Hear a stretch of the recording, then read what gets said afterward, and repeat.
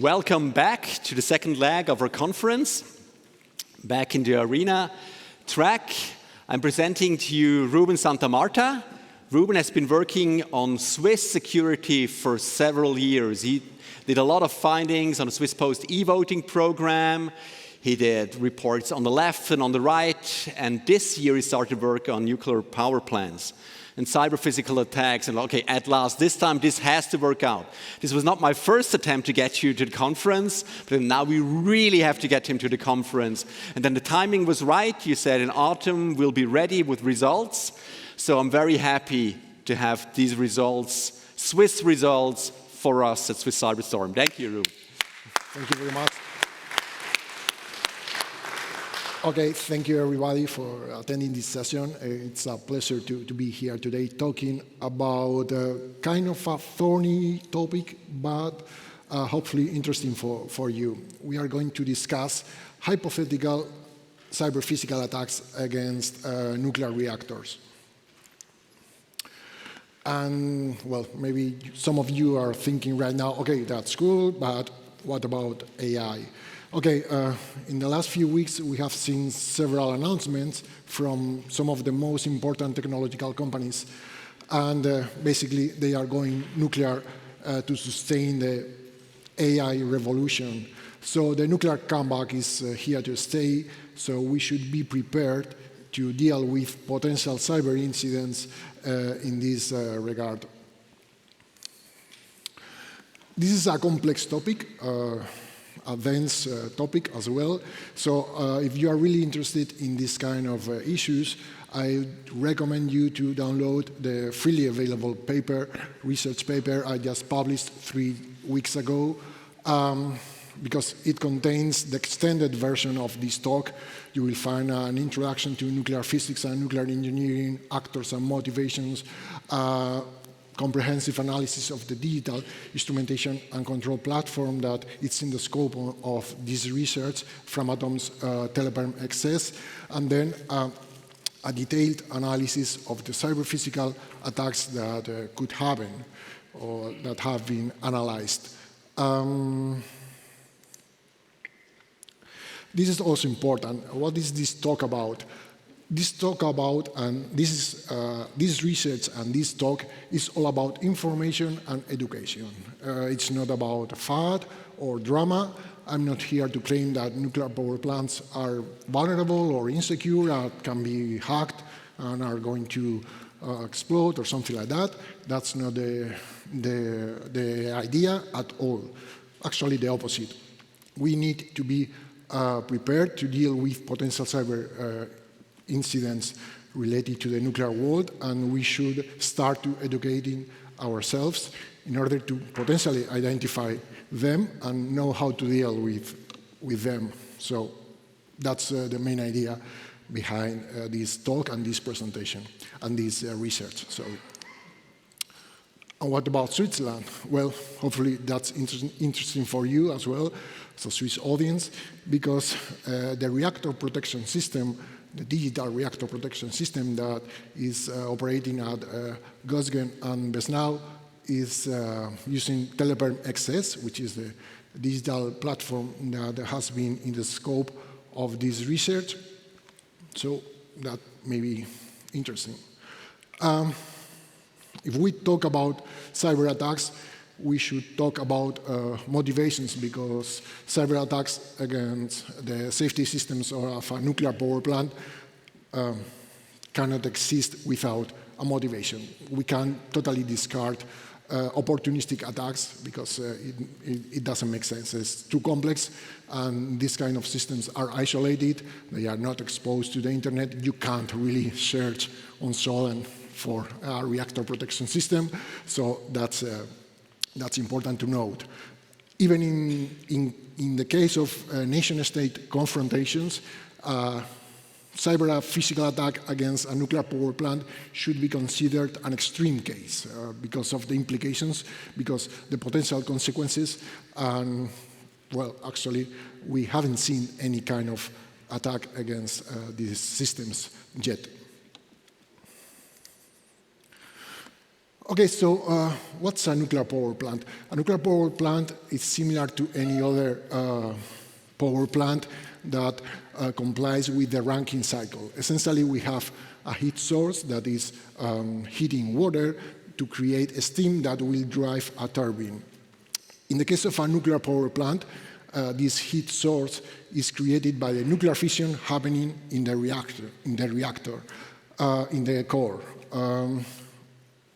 For a thermal power plant that is maybe using fossil fuels, they are basically burning fossil fuels or gas, whatever. But in this case, a nuclear power plant is using fission. Because of this, we can divide a nuclear power plant into two different areas. We have the conventional island, which essentially covers the non-safety and the common part with other power plants. And then we have the nuclear island, where we have the nuclear steam system, supply system that contains the safety parts, contains the nuclear reactor, contains the reactor core, the steam generators, all the system structures and components that are specifically designed for the nuclear fission, for the nuclear reactor. There is a key principle when designing nuclear power plants, which is called the defense in depth. We are used to hearing about this term also in regular security. So essentially, it's like an independent, a consecutive series of systems that will try to mitigate failure in the previous level. So in general terms, we have up to 4 different levels.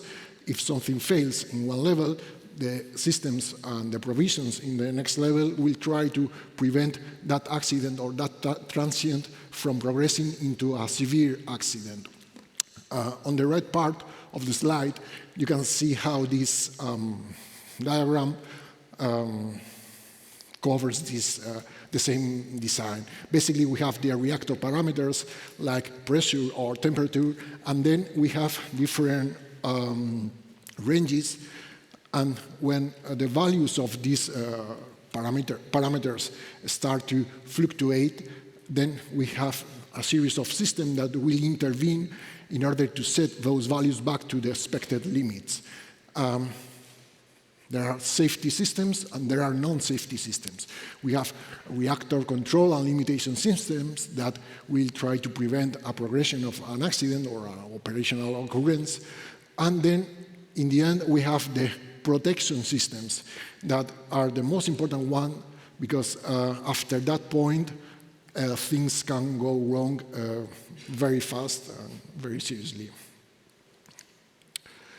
The Teleperm XS is basically implementing this main line of defense, the third level, where the safety, instrumentation, and control functions are located.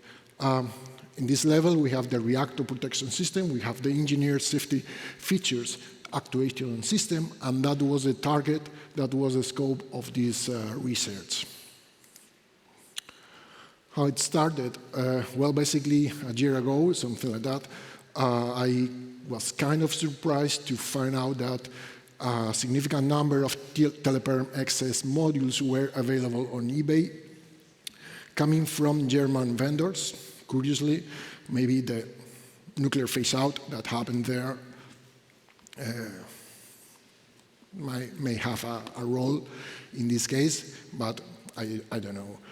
So obviously that was a good opportunity to dig deeper into the usually closed world of nuclear safety and security.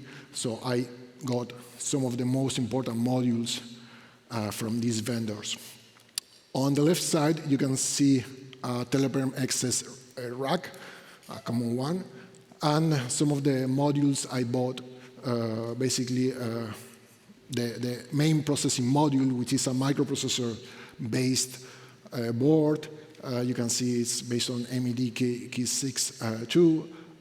It contains a flash memory with the TXS, the Teleperm XS core software. Unfortunately, I dumped the memory, but these brand new modules don't contain any kind of firmware.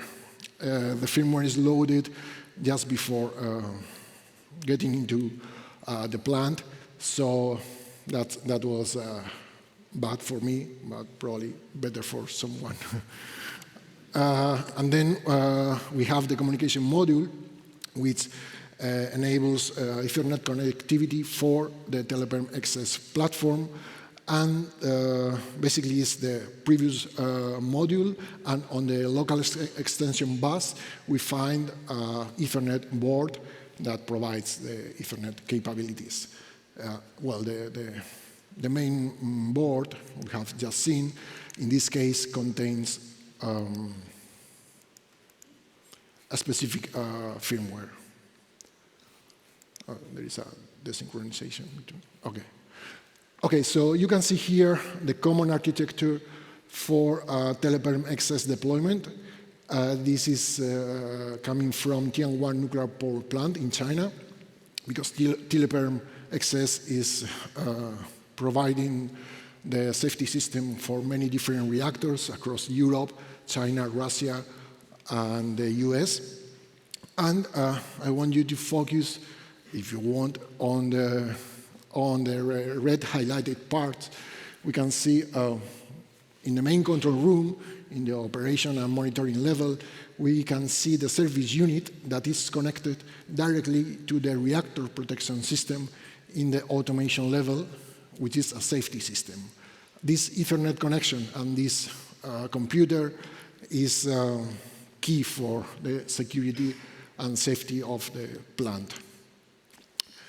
The Teleperm XS is comprised of 5 different functional units. On the safety part, we have the APU, which is the acquisition and processing unit, and then we have the actuation logic unit. Essentially, the APU collects the inputs from the different sensors and decides what to do next according to the state of the plant. And then this information is sent to the AELU that will issue the actuation orders to the field devices like valves or pumps or the control rods, drive mechanism, that kind of things. On the non-safety part, we have the service unit, which has a bidirectional connection to the MSI, which the monitoring and service interface, which is kind of a router and a firewall, because it provides the point of contact between the non-safety part and the safety part, and that's important. It filters unwanted traffic and also will route messages coming from the service unit. And then we find the gateway that it's a one-way link to provide OPC data to the plant operators. And this is the architecture for Besnau nuclear power plant. And we can see pretty much the same elements. We have the service station or the service unit connected through the Ethernet connectivity, through Ethernet bus, to the reactor control system, to the MSI, which is then connected to the reactor control system. Essentially the same we have seen in Tianwan, because that's pretty much the same architecture for every kind of nuclear power plant. So the service unit is the primary target for any kind of remote malware-based attack, which is the only scenario I considered for this research. Because if you have access to the service unit, if you can compromise the service unit, you have the keys of the kingdom, you can deploy new firmware, you can deploy new user applications to the functional units, you can basically control the entire reactor protection system and issue actuation orders to test certain sequences. There are 2 ways to approach this. Basically, you can compromise the service unit, or you can extract the functionality from the service unit and put this functionality into an alternative device or an implant in the same network, because the MAC address of the service unit is being used as an access control. Now let's take a look at this image from official documentation, which happens to highlight best now as well. And you can see the column mode where we can see the different operation modes of the functional units we have just seen, the APU and the ALU. In this case, all of them are running as operation. And this is important because industrial controllers and PLCs usually run with different operation modes. In the case of 3Cs, if you remember, this was abused to control the way the implant received messages remotely from the attackers. Basically, the idea is that you need some kind of mechanical device to change this operational mode, like a key switch, but in the end, everything is handled by firmware, so there is no hardware interlocks. So if you control the firmware, it doesn't matter if you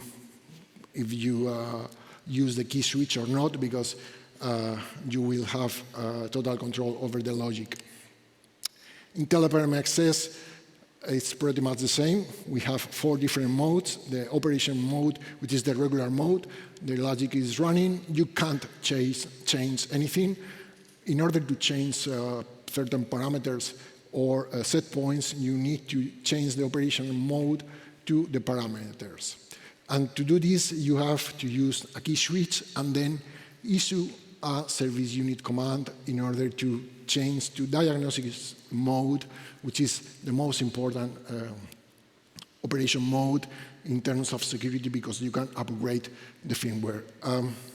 In certain plants, you require an additional key switch in order to change from params to diagnosis. So essentially, the service unit is receiving 3 kinds of messages from the safety network. We have signaling, we have data, and we have commands. And it's important because if you have an implant in the service unit, you need to collect this information to understand when the APUs, the ALUs, are prone to be compromised, infected. And this information is cyclically sent by these functional units, so the service unit will have access to this information. This is how the state of a nuclear power plant will look like if an attack is successful. Basically, the attacker's implant has been positioned as an alternative service unit, and it's waiting for this to detect this signal, this permissive, in order to infect the system, the functional units. The gateway may have been compromised, but that's not required. The MSI is cool as it is. And then we have the APUs and the ALUs that will have been compromised, plausibly compromised. And it's important to note that even that certain actuation orders are routed through the digital protection system, plant protection system. This means that even if the operators are trying to issue actuation orders through manual controls, some of those sequences are still going through the ALU and the APU. So potentially an attacker still has control over those manual controls as well, which is kind of important. What to do next when you have control over the reactor protection system? Well, you can try different approaches. In my case, I tried to replicate what happened in 3 Mile Island by using the pressurizers, pressure safety relief valves, to vent the coolant in the reactor coolant system, from the reactor coolant system. Basically, in the reactor coolant system, or inside the nuclear reactor, everything is cooled by the coolant, which is water. If you don't have water in the core is going to be uncovered, and the fuel is going to be pretty hot, and it's going to melt down probably. So I simulated this cyber physical attack using a commercial tool to see how things could play out, and this is the result. In 49 minutes, the core was partially uncovered and then started to melt. This doesn't mean there is a catastrophic situation, because, as we mentioned, nuclear power plants have different levels of security and protections, and the reactor containment will potentially be able to mitigate this situation, but still a very serious situation. Some conclusions I want to highlight. As I mentioned, education and transparency are vital tools to dispel myths, hopefully foster a greater public understanding of nuclear technology, including the cyber part of it. Small modular reactors are the next big thing in nuclear, so we should be prepared to protect those assets in the near future. Nuclear power plants are complex, but they may be valuable targets during armed conflicts or profound geopolitical confrontations, but still extremely rare case. And by increasing the awareness around everything related to nuclear and cyber, we can be prepared, or better prepared, to identify potential cyber-related nuclear incidents like what happened during the beginning of the Russian invasion with the fabricated radiation spikes detected at the Chernobyl exclusion zone. That's it. Thank you very much, and I will take questions.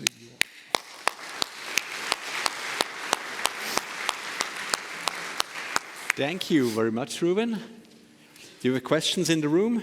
Yeah, a bit of light. Thank you. There is a question by Serge. Draw, please. Hi, thanks a lot. That was a really interesting talk. What interests me is what your opinion is on the fact that most nuclear power plants are actually kind of unique things. We don't produce them in bulk, like everyone is a special thing. And that, of course, comes with its own risks. People often compare it to kind of the airline industry, where we have gazillions of identical airplanes. And so you cannot compare the situation. So you looked at 2 plants, 2 systems. Do you feel just generally having all these things around that there's a low or high chance of some special thing going wrong? Okay. I mean, any safety system that we can find on airplanes, on nuclear power plants, on anything that may have the impact of affect human safety, or that may cause loss of human life, it's very well designed by default. The thing is that you can always, or most of the times, you can always find a way to turn technology against itself.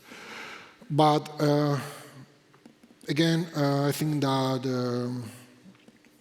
the motivation to perform that kind of attack against a nuclear power plant, or against an airplane, or against anything that is that important is very strong, and it requires resources that are only available for nation-state or state-sponsored attacks, actors. So, I don't know. I think it's better to be prepared to what could potentially happen, but I wouldn't be that worried about it. Okay, there is a question here in the front, in the center. Franzi, here in front.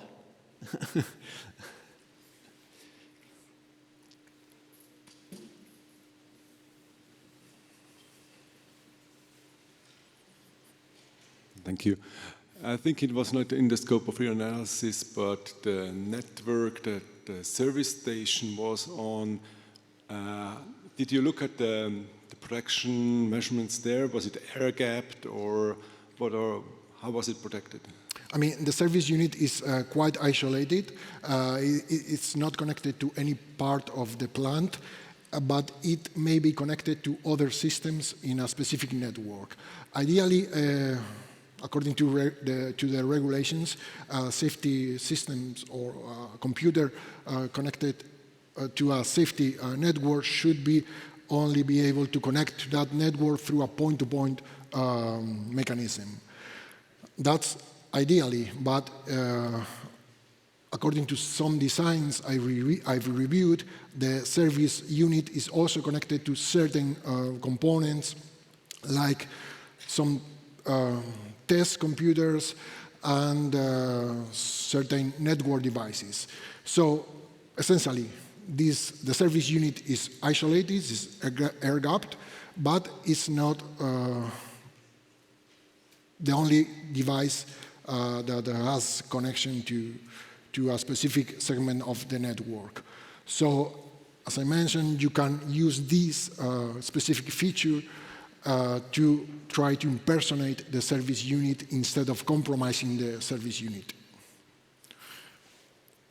Thank you. Okay. Final question here at the back. So, firstly, I'd like to thank you for your talk. I have two quick hypothetical questions. Let's assume something along the lines of a Westinghouse AP1000 pressurized water reactor. If I understand correctly, what's the worst we're looking at here? Would you rather scram the reactor or tamper the ramp rates to try to overspeed the turbines, for example, if you would be an attacker? Yeah, so basically, I mean, scramming the reactor is a totally normal protective action. That shouldn't be a problem unless something fails in other parts. Actually, you can scram the reactor by targeting non-safety systems. For instance, if you target the turbine control system, the reactor will have to be tripped because otherwise there is a load rejection scenario.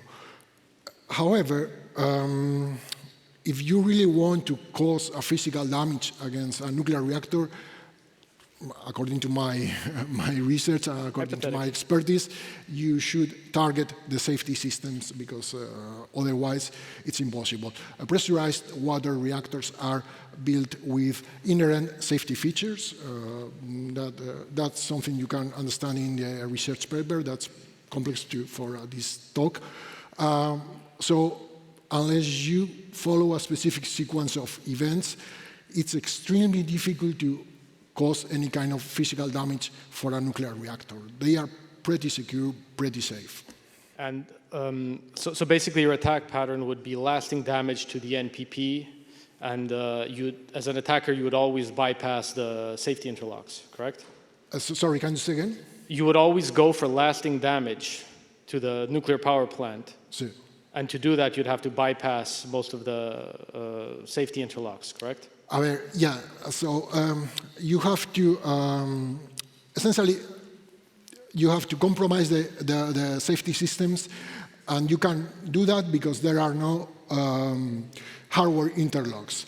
In the design of the nuclear power plant, there are permissives that are hardwired, but in